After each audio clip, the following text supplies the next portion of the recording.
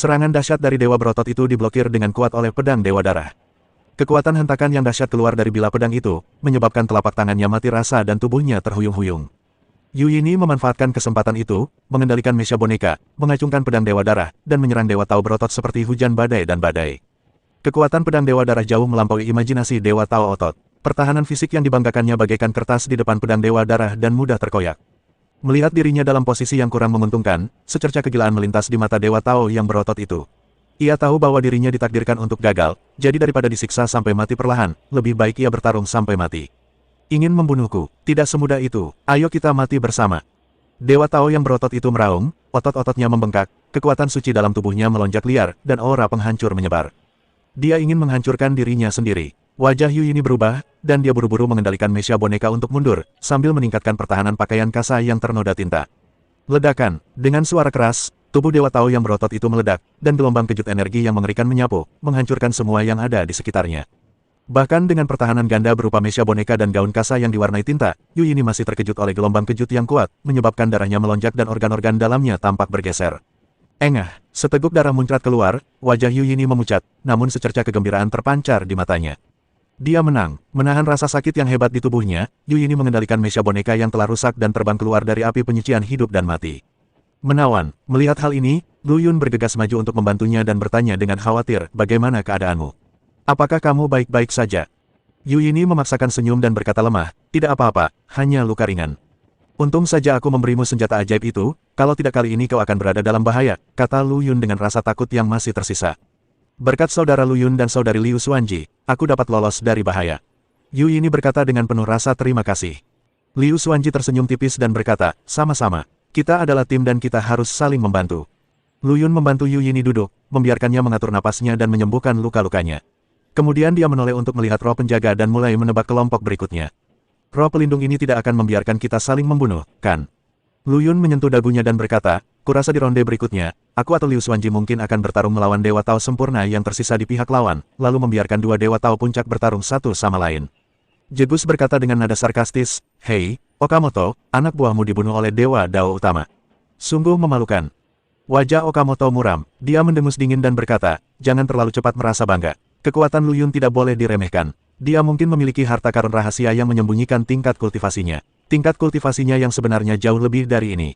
Oh, jadi kamu takut? Tanya Jessica provokatif. Saat keduanya saling berhadapan, roh-roh penjaga mulai terbagi menjadi beberapa kelompok lagi. Ada kilatan cahaya, dan seorang pria tua berambut putih di belakang Liu Xuanji dan Jegus terpilih. Pria tua berambut putih itu memiliki aura yang kuat, dan jelas berada pada level Dewa Tao yang sempurna.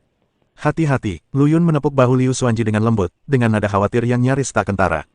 Liu Xuanji tersenyum manis, tatapan matanya bergerak-gerak, menawan dan menarik, jangan khawatir, saudara Lu Yun, aku bukan gadis kecil yang lemah lembut.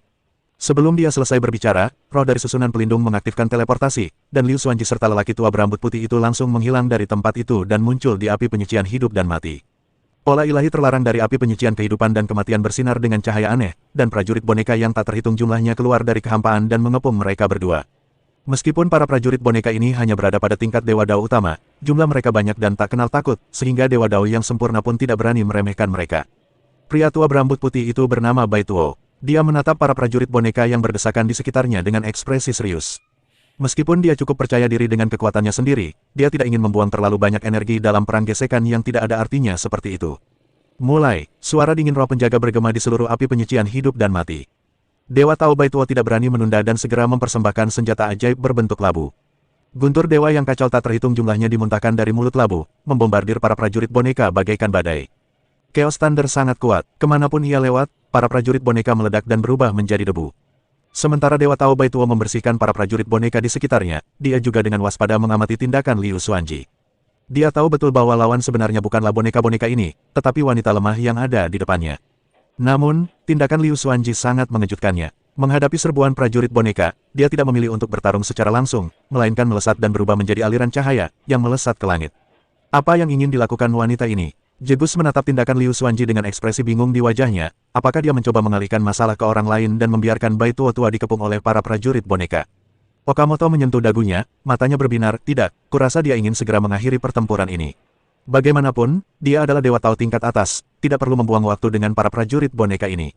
Li Hanyan mendengus dingin dan berkata dengan nada menghina, bermain tipuan. Kurasa dia menggertak dan mencoba menakut-nakuti Bai Tuo tua.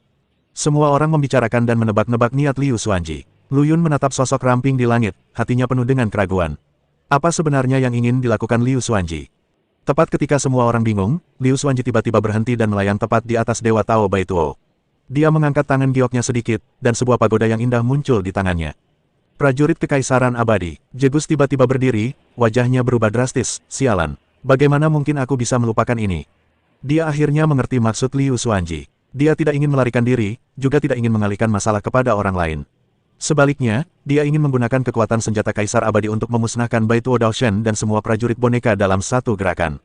Rencana yang bagus sekali. Mata Lu Yun berkilat kagum, trik ini benar-benar ampuh untuk melawan lawan yang lebih lemah dariku dan tidak memiliki senjata Kaisar Abadi.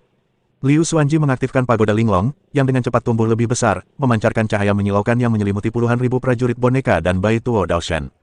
Wajah pendeta Tao Bai Tuo pucat pasi. Ia dikelilingi oleh sejumlah besar prajurit boneka dan sama sekali tidak dapat lolos dari lindungan pagoda Linglong. Dia dengan panik menyerang prajurit boneka di sekitarnya, mencoba untuk keluar, tetapi semuanya sia-sia. Liu Xuanji mencibir, melambaikan tangan gioknya dengan ringan, dan pagoda yang indah itu tiba-tiba menekannya ke bawah. Ledakan, dengan suara keras, seluruh ruang api penyucian hidup dan mati mulai bergetar hebat. Lalu, semuanya kembali tenang, seolah-olah tidak terjadi apa-apa. Semua orang menahan napas, menunggu hasil akhir. Dewa Dao Bai Tuo, tubuhnya telah mati dan daunnya telah hilang. Suara dingin dari roh pelindung arai terdengar lagi. Liu Xuanji, pemenangnya.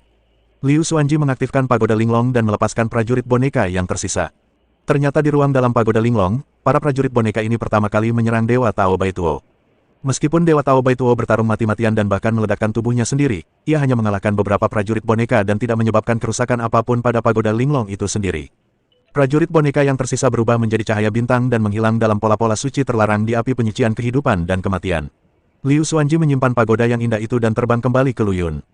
Bagaimana menurutmu, saudara Lu Yun, apakah aku hebat? Liu Xuanji mengedipkan mata sambil bercanda, tampak sangat bangga. Bagus, bagus. Lu Yun tersenyum dan menggelengkan kepalanya, kau gadis yang pintar sekali. Liu Xuanji mengalihkan pandangannya ke arah Li Hanyan, dengan senyum mengejek di bibirnya, beberapa orang suka memamerkan semua jenis senjata ajaib. Orang yang tidak tahu akan berpikir mereka sedang pamer. Saya tidak tahu apakah mereka benar-benar mampu atau hanya bodoh. Wajah Li Hanyan memucat, dadanya naik turun dengan hebat, dan dia menunjuk hidung Liu Xuanji dan mengumpat, dasar jalan kecil, tutup mulutmu. Apa kau benar-benar berpikir kau hebat hanya karena kau memenangkan permainan? Kau hanya mengandalkan keunggulan senjata kekaisaran, kemampuan macam apa itu? Dia mengarahkan ujung tombaknya ke arah Lu Yun lagi dan berteriak, dan kau, bocah manis, pria macam apa kau ini jika bersembunyi di balik wanita? Lakukan saja sendiri jika kau punya nyali. Lu Yun melirik Li Hanyan sambil setengah tersenyum dan perlahan mengeluarkan sebuah token. Token tersebut berwarna hitam pekat, dengan kata, Xuantian, terukir di bagian depannya dan pola istana yang menjulang tinggi di bagian belakangnya, memancarkan sedikit kesan penindasan. Token murid istana Xuantian. Li Hanyan sekilas mengenali asal token itu, dan nadanya tiba-tiba terhenti. Lu Yun menggoyangkan token itu, nadanya tenang namun dengan keagungan yang tak terbantahkan. Peri Li, Xuanji tidak mengandalkan keunggulan senjata kekaisaran, tetapi menang dengan kekuatan. Selain itu, dia adalah rekan Taoku, Lu Yun, dan sudah sewajarnya aku melindunginya. Peri Li sangat kasar, mungkinkah kau tidak menganggap serius istana Xuantian? Rekan Taois, ekspresi Li Hanyan menjadi semakin buruk, dan sedikit kecemburuan dan ketidakpercayaan melintas di matanya. Istana Xuantian adalah raksasa yang bahkan kekuatan di belakangnya tidak mampu menyinggungnya. Dia menatap tajam ke arah Lu Yun dan Liu Xuanji, lalu akhirnya mendengus dingin. Dia tidak terus berteriak, tetapi niat membunuh di matanya menjadi semakin kuat. Lu Yun dengan tenang menyimpan token itu dan diam-diam mengirim pesan kepada Liu Xuanji, wanita ini gila. Bahkan jika dia berhati-hati sekarang, dia pasti akan menemukan kesempatan untuk menyerang kita di masa depan. Namun, jika dia berani melakukannya, aku akan meninggalkan bukti. Bahkan jika kita membunuhnya saat itu, kita akan berada di pihak yang benar. Liu Xuanji menanggapi dengan senyum licik dan berkata dalam transmisi suara, Saudara Lu Yun, saya mengerti. Wanita ini memang tidak mudah dihadapi, tetapi kita harus melawan balik ketika musuh datang dan memblokir air dengan tanah. Mari kita lewati rintangan ini terlebih dahulu. Keduanya tersenyum satu sama lain, dan semuanya dikatakan tanpa kata-kata. Suara dingin dari Guardian Array Spirit terdengar lagi, tim 4, di bawah Jegus, Hong Ling melawan Lu Yun. 10 napas waktu persiapan.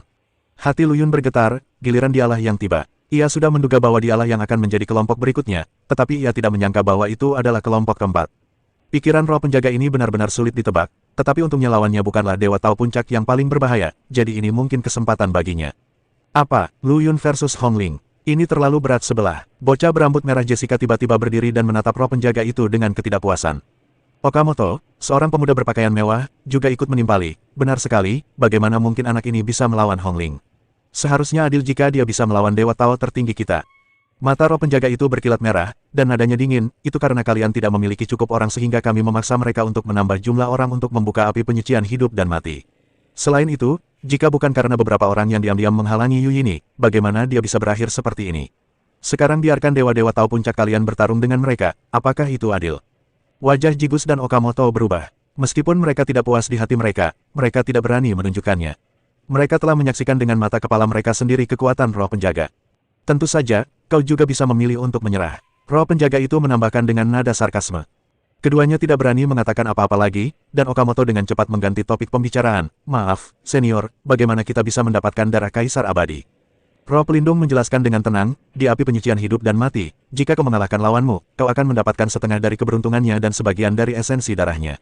Pada akhirnya, orang yang telah mengumpulkan keberuntungan dan esensi darah terbanyak akan menerima warisan darah kaisar abadi. Tentu saja, jika kau dapat memahami misteri hidup dan mati, kau juga dapat langsung menerima warisan. Setelah penjelasan itu, roh penjaga tidak lagi memperhatikan kedua orang itu, dan langsung memindahkan Lu Yun dan seorang dewa Tao wanita berpakaian merah dengan sosok yang mempesona ke api penyucian hidup dan mati. Di api penyucian hidup dan mati, langit berwarna merah darah begitu menyesakkan hingga membuat orang terengah-engah. Begitu Lu Yun masuk, dia merasakan aura dingin menyelimuti tubuhnya, yang membuatnya merasa menyeramkan. Di seberangnya, seorang wanita berbaju kasa merah, dengan sosok anggun dan mata menggoda, sedang menatapnya dengan setengah tersenyum.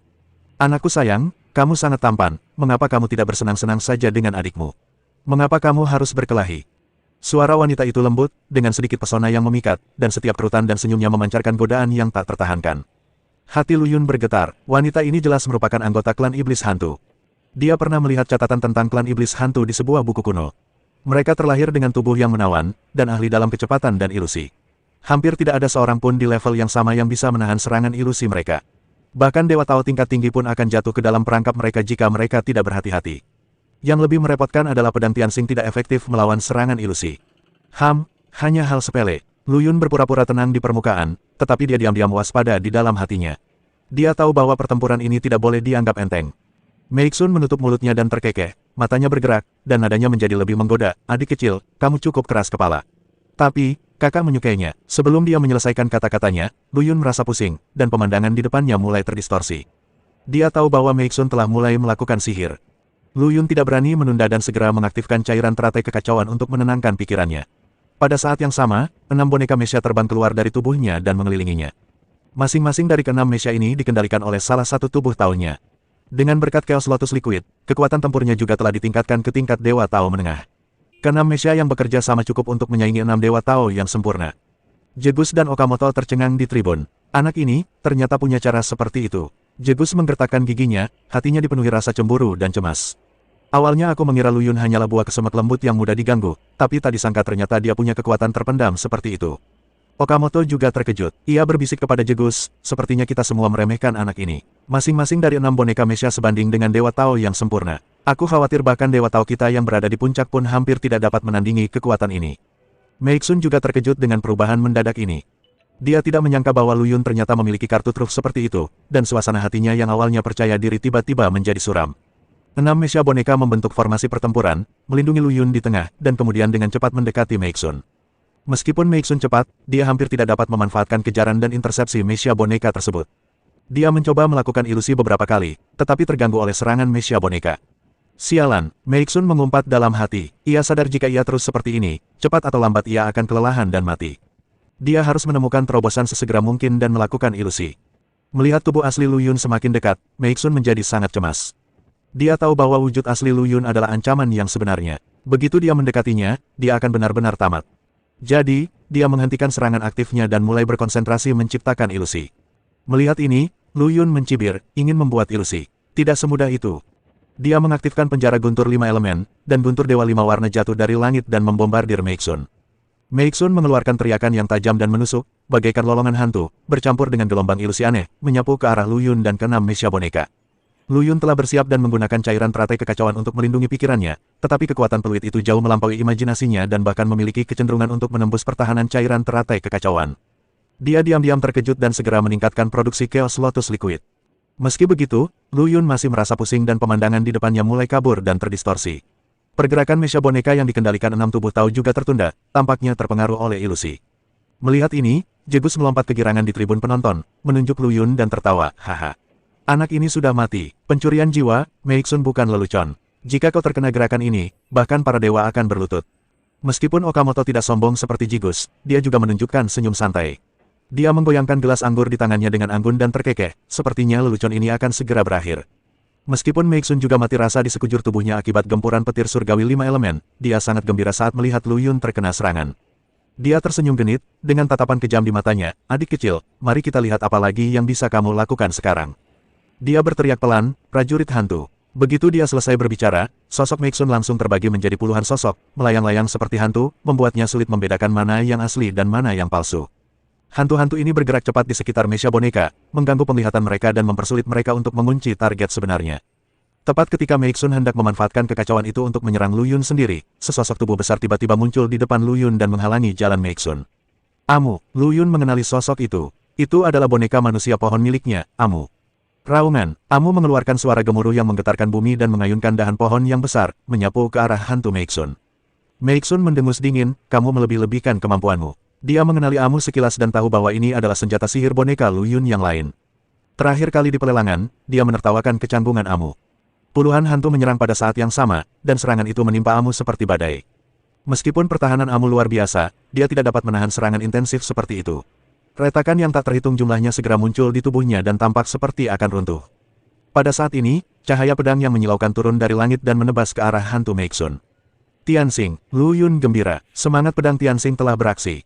Cahaya pedang itu begitu tajam sehingga seketika membubarkan beberapa hantu Meixun. Akan tetapi, kekuatan pedang Tianxing nampaknya memiliki semacam batasan dan tidak mengeluarkan kekuatan penuhnya.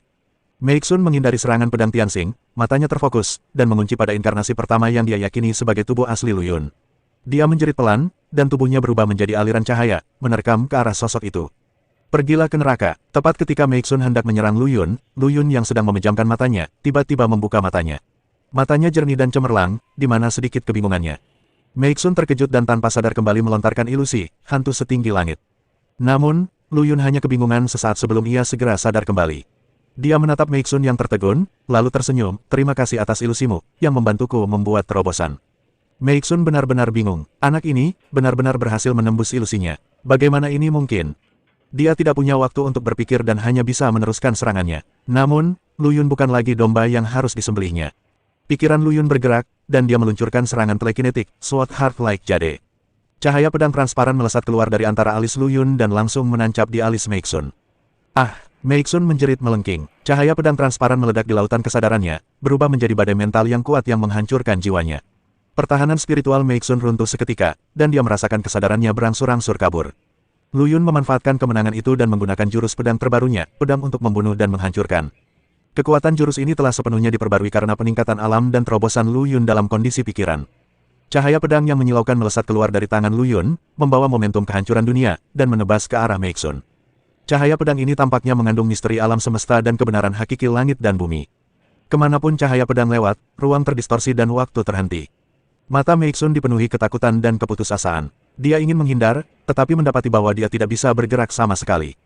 Tidak, pedang itu melintas dengan cepat. Sosok Meixun berangsur-angsur menghilang dalam cahaya pedang. Di bawah serangan ilusi Meixun, kekuatan mental Lu Yun tiba-tiba menembus kemacetan dan menerobos dari tingkat kelima ke tingkat keenam, dunia jantung pedang. Hal ini sangat penting bagi latihan Lu Yun dalam seni pedang terpadu agung. Kekuatan spiritual Meixun yang tersisa berkedip-kedip seperti lilin yang tertiup angin, dan akhirnya musnah sepenuhnya. Lu Yun mengambil kembali mecha boneka itu dan meminta salah satu tubuhnya untuk tetap berada di luar untuk berjaga, sementara tubuh aslinya dan tubuh lainnya melintas ke dalam istana pedang kekacauan. Terobosan ke tingkat ke-6 telekinesis, dunia jantung pedang, menyebabkan keributan yang jauh lebih besar dari yang ia duga. Gelombang kekuatan mental yang luas dan agung menyebar seperti riak, langsung menyapu seluruh api penyucian hidup dan mati. Orang-orang yang menonton pertandingan awalnya larut dalam keterkejutan atas keberhasilan Lu Yun mengalahkan yang kuat dengan yang lemah, tetapi sekarang mereka bahkan lebih terkejut lagi. Mereka dengan jelas merasakan bahwa fluktuasi mental ini tidak berasal dari sosok yang sebelumnya bertarung dengan Meixun, tetapi dari klon lain yang belum menerobos ke alam menjadi dewa. Ini, bagaimana ini mungkin? Mata Okamoto membelalak tak percaya, wajah tampannya penuh keterkejutan. Klon dewa kekacauan dan iblis benar-benar memiliki kekuatan tempur yang mengerikan dan membunuh dewa Dao sempurna tanpa bantuan prajurit kaisar abadi. Secerca keserakahan terpancar di mata anak laki-laki berambut merah, Jegus. Dia menjilat bibirnya dan berpikir dalam hati, jika aku bisa menaklukkan anak ini, bukankah itu seperti memiliki pelayan tambahan setingkat Dao Lord di masa depan? Adapun Li Hanyan, ada lebih banyak lagi niat membunuh di mata Phoenix-nya yang sempit dan panjang. Rasa cemburu menggerogoti hatinya bagai ular berbisa. Konflik sebelumnya di Chaos Lotus Pond, ditambah dengan kekuatan luar biasa yang ditunjukkan Lu Yun sekarang, membuatnya semakin bertekad untuk menyingkirkan Lu Yun. Lu Yun berjalan keluar dari Istana Pedang Kekacauan dengan senyum main-main di wajahnya. Dia tentu tahu bahwa identitas aslinya telah terungkap, tetapi dia tidak peduli. Jegus menghampiri Lu Yun dan bertanya dengan nada merendahkan, "Wah, siapa namamu? Kenapa, kau ingin mengingat namaku agar kau bisa menemukanku dan mengikutiku di masa depan?" Lu Yun bertanya sambil tersenyum tipis, hanya ingin mengingatkan, giliranmu untuk bermain selanjutnya, jangan terganggu. Wajah Jegus menjadi gelap, beraninya anak ini menggodanya seperti ini. Namun, kata-kata Lu Yun juga mengingatkannya pada tujuan perjalanan ini. Dia mendengus dingin, sambil berpikir dalam benaknya bagaimana cara menangkap Lu Yun dan menjadikannya pelayannya setelah api penyucian hidup dan mati berakhir. Ketika Lu Yun kembali ke tempat duduknya, Yu Yini segera menghampirinya dan berkata dengan penuh semangat, "Lu Yun, selamat atas kemenanganmu. Selamat juga atas terobosanmu." Liu Xuanji memperingatkan dengan sungguh-sungguh, "Lu Yun, latar belakangmu telah terungkap. Kamu harus lebih berhati-hati lain kali." "Saudari Xuanji, aku tahu." Lu Yun tampak tenang, "Meskipun aku telah terekspos, dengan kekuatanku saat ini, aku tidak takut selama aku tidak memprovokasi keberadaan tingkat Master Dao. Terlebih lagi, kekuatan mentalku telah menembus ke tingkat ke-6, dan aku dapat menerobos ke alam Dewa Dao kapan saja. Hanya saja aku ingin memahami pedang Dao Bersatu Agung terlebih dahulu, jadi aku telah menekannya dan tidak menerobos." Petik 2. Ada juga beberapa orang jahat di antara para Dewa Tao. Liu Xuanji mengingatkan, orang-orang seperti Jiegus, Okamoto, dan Li Hanyan tidak mudah dihadapi. Setelah Anda keluar, mereka kemungkinan akan menyerang Anda, jadi Anda harus sangat berhati-hati. Mata Lu Yun bersinar dengan cahaya terang, dan dia berkata, "Xuanji, aku punya ide.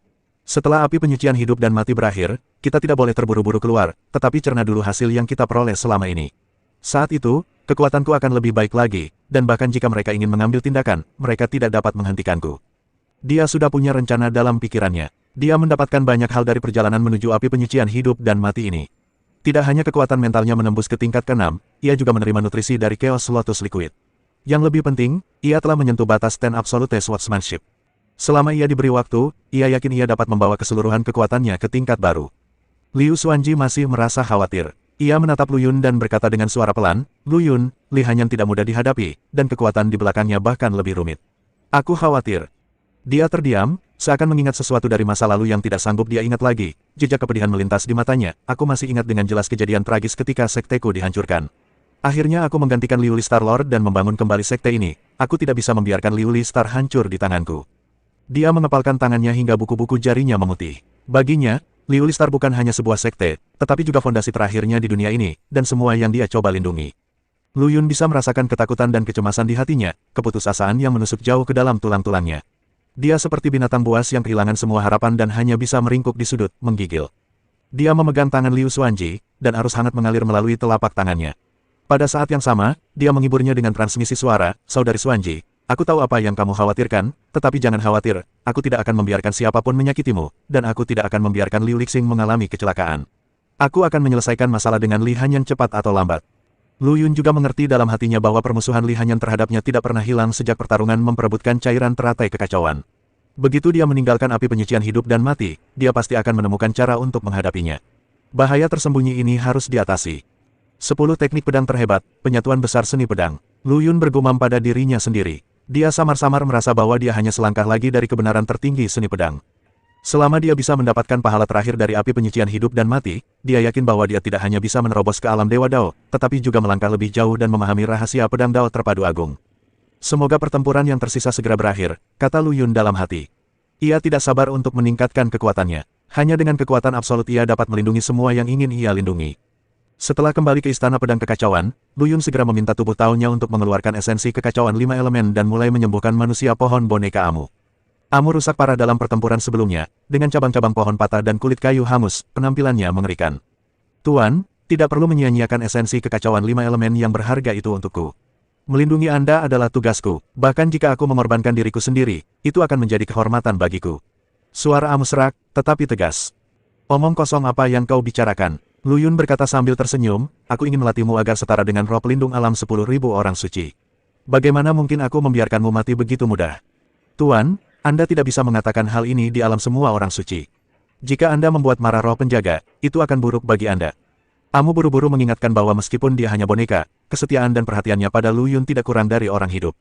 Aku tahu, aku tahu. Fokus saja pada pemulihan lukamu. Lu Yun tersenyum dan menggelengkan kepalanya. Ia teringat akan banyaknya kebaikan Amu yang menyelamatkan nyawa. Dia bertekad untuk mengolah Amu dengan baik dan menjadikannya pembantunya yang paling kuat. Di atas ring api penyucian hidup dan mati, suara dingin boneka bintang 5 terdengar lagi. Kelompok pejuang kelima, Jegus, melawan Koto. Mendengar hasil ini, pemuda berpakaian Cina, Okamoto, diam-diam menghela napas lega. Jegus sangat kuat dan dia selalu waspada terhadapnya. Jika dia melawannya, dia mungkin akan berakhir dengan kedua belah pihak menderita kerugian. Membiarkan Koto memakan Jegus tidak diragukan lagi merupakan pilihan terbaik. Okamoto diam-diam mengirim pesan kepada Kuto, kali ini kamu harus membunuh Jegus dengan segala cara. Demi darah Kaisar Abadi, demi keluarga, demi sekte, kamu harus menyelesaikan misi ini. Bahkan jika kita berdua binasa, itu sepadan. Koto mengangguk dengan sungguh-sungguh. Ia tahu bahwa ini adalah satu-satunya kesempatan dan tugas yang harus ia selesaikan. Dia menarik napas dalam-dalam, dan secerca tekad terpancar di matanya. Tuan Okamoto, saya akan menyelesaikan misi ini dengan cara apapun. Gerbang menuju api penyucian kehidupan dan kematian terbuka lebar, dan Chouto dan Jegus dipindahkan hampir pada saat yang bersamaan. Di sekeliling mereka, prajurit boneka muncul seperti air pasang, meraung dan menyerbu ke arah mereka berdua. Namun, Kuto dan Jegus mengabaikan para prajurit boneka itu. Tatapan mereka, bagaikan dua pisau tajam, saling menatap. Seorang budak yang mengandalkan belas kasihan keluarganya layak bersaing denganku. Sudut mulut Jegus melengkung dengan sedikit rasa jijik, dan rambut merahnya seperti nyala api yang menyala dalam cahaya redup api penyucian hidup dan mati. Dia melirik Koto dengan jijik, kata-katanya penuh dengan rasa superioritas atas garis keturunannya. Wajah Koto muram dan tinjunya terkepal. Ejekan Jegus menusuk harga dirinya bagai jarum. Ia lahir dari keluarga sederhana dan telah bekerja keras untuk mencapai posisinya saat ini. Ia tahu bahwa di mata orang-orang seperti Jegus yang terlahir dengan sendok perak di mulut mereka, ia akan selalu menjadi budak yang hina. Namun hari ini, ia harus bertarung sampai mati demi bertahan hidup dan mematuhi perintah Okamoto. Suara dingin boneka bintang 5 bergema di api penyucian hidup dan mati, pertempuran dimulai. Begitu ia selesai berbicara, Jegus bergerak. Dia membentuk segel dengan tangannya dan merapal mantra-mantra yang tak jelas. Sebuah bola api yang berkobar keluar dari tubuhnya, seketika menyelimuti dirinya dan membentuk bunga api raksasa. Bunga api itu berputar perlahan, memancarkan suhu tinggi yang mengerikan, seketika membakar dan melelehkan prajurit boneka yang mendekat.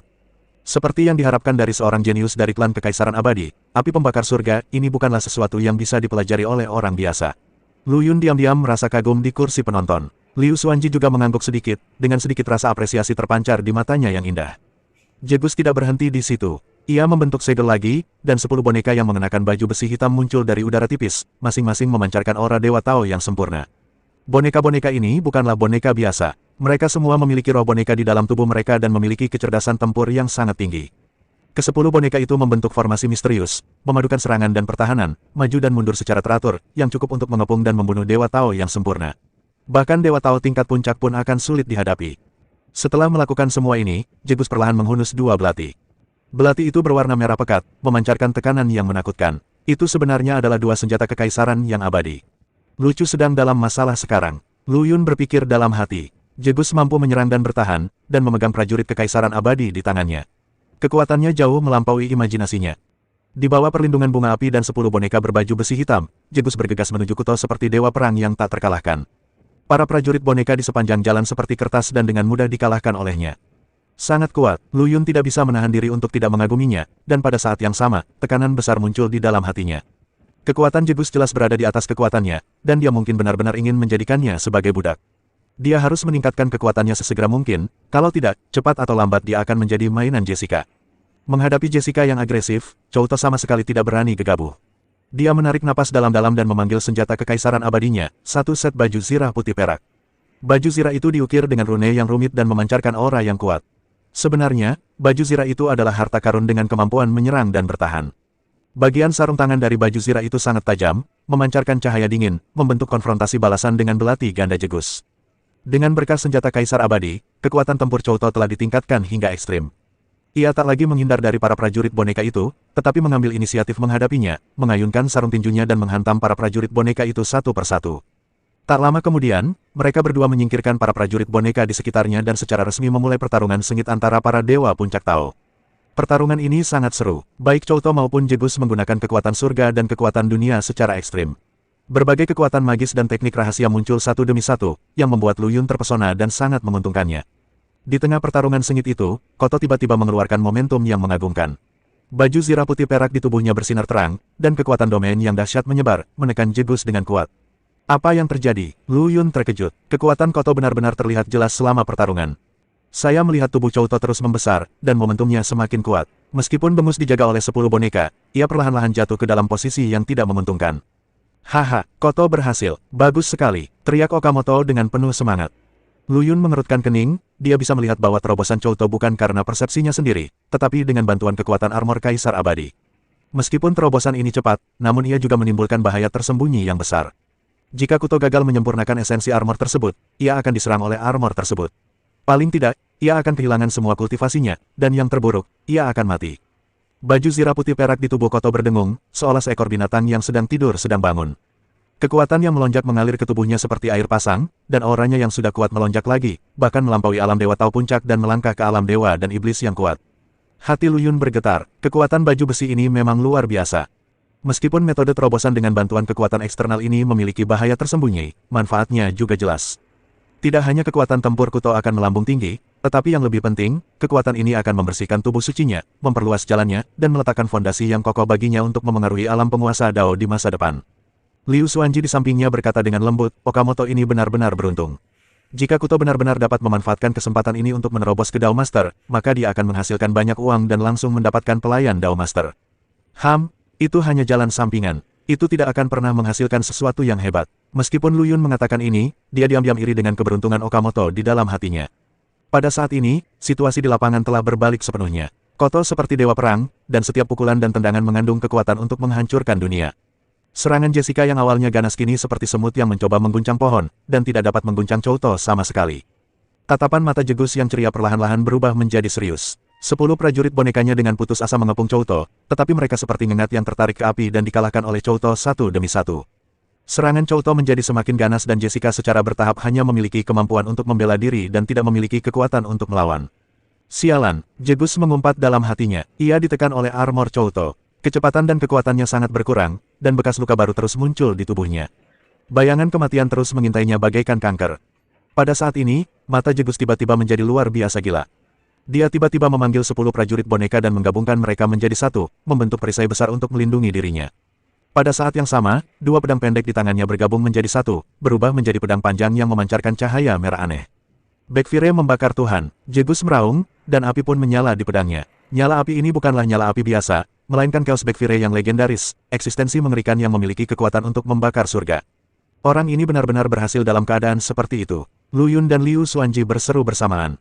Aura Jegus melonjak liar, dan aura yang awalnya ditekan oleh Chouto langsung berbalik, dan kekuatan yang bahkan lebih dahsyat dari Chouto meledak darinya. Seperti burung phoenix yang terlahir kembali dari abu, Jegus menghunus pedang yang membara dengan kekacauan dan menebas Koto dengan ganas. Retakan, dengan suara keras, baju besi putih perak yang sangat dibanggakan Chouto benar-benar terpotong oleh pedang Jegus. Bumerang kekacauan menyerbu tubuh Koto bagaikan belatung di tulang tarsal, membakar daging dan jiwanya dengan ganas. Koto menjerit melengking. Ia mengerahkan kekuatan armornya dengan panik untuk mencoba menahan erosi akibat tembakan balik, tetapi tidak berhasil. Lagi pula, wilayah Chouto diperbaiki dengan bantuan kekuatan eksternal, dan fondasinya tidak stabil. Berhadapan dengan Dewa Tao yang paling berkuasa, dia tidak mempunyai daya untuk melawan sama sekali. Ada kilatan keganasan di mata Jegus, dan dia terus menyerang tanpa ampun. Chaos Backfire bagaikan ular berbisa, yang terus-menerus melahap vitalitas Koto.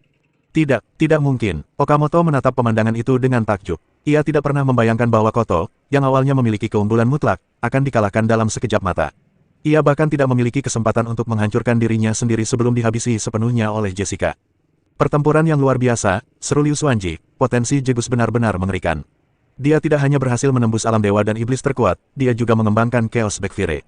Sekarang, dia telah menjadi Dewa Tao terkuat yang sebenarnya. Lu Yun juga mengangguk setuju. Pembalikan cepat pertempuran itu membuatnya lengah. Pada saat ini, suara roh penjaga arai terdengar lagi, kelompok petarung ke-6, Lu Yun melawan Liu Xingjun. Jegus terbang keluar dari api penyucian kehidupan dan kematian sambil tertawa penuh kegembiraan. Dewa Tao yang paling kuat sungguh langka. Dia benar-benar menerobos dua alam antara hidup dan mati dan mencapai alam yang begitu menakutkan. Dia bahkan merasa bahwa dia sekarang memenuhi syarat untuk bertarung melawan Guru Tao Bintang 1. Merasakan tatapan kagum dari roh penjaga, Jegus merasa semakin bangga. Tampaknya dia bertekad untuk mendapatkan setetes darah Kaisar Abadi ini. Terima kasih atas bantuanmu, senior. Jegus membungkuk kepada roh penjaga, lalu menoleh untuk melihat Okamoto, matanya penuh provokasi. Okamoto, berkat paksaan dari bawahanmu yang tidak berguna, aku mampu merangsang potensiku dan menerobos. Jika kamu tidak memiliki kemampuan untuk menerobos ke Dewa Dao terkuat, akui saja kekalahan dan jangan mempermalukan dirimu sendiri. Wajah Okamoto menjadi pucat dan dia tidak mengatakan apapun. Meski dia berusaha sekuat tenaga untuk tetap tenang, hatinya sudah kacau balau. Jatuhnya Koto merupakan pukulan besar baginya, dan juga membuatnya khawatir tentang pertarungan berikutnya. Suara dingin dari Guardian Array Spirit terdengar lagi, Grup 6, Okamoto vs. Dia berhenti sejenak, seolah membenarkan nama itu, lawan. Setan Merah. Setan Merah adalah bawahan terakhir Jegus. Dia memiliki tubuh kekar dan memancarkan aura yang ganas. Okamoto menarik napas dalam-dalam, dan sebuah pedang panjang yang bersinar dengan cahaya kemasan muncul di tangannya. Ada ukiran rumit pada bilahnya, dan sekilas terlihat jelas bahwa itu bukanlah benda biasa. Dia melirik Jegus dan membenci dirinya sendiri dalam hatinya, bocah berambut merah sialan ini benar-benar berhasil membuat terobosan. Sialan, aku juga ingin menerobos. Setan merah itu menyerbu ke arah Okamoto sambil tersenyum muram, nak, bersiaplah untuk mati. Kapak besar di tangannya dililit hembusan angin kencang dan ditebas dengan ganas. Okamoto tidak berani menghadapinya secara langsung dan segera menghindar. Awalnya ia ingin memanfaatkan tekanan serangan hantu merah itu untuk memaksa dirinya menerobos, tetapi yang terjadi justru sebaliknya. Di saat kritis hidup dan mati, ia tidak punya perasaan lain kecuali rasa takut.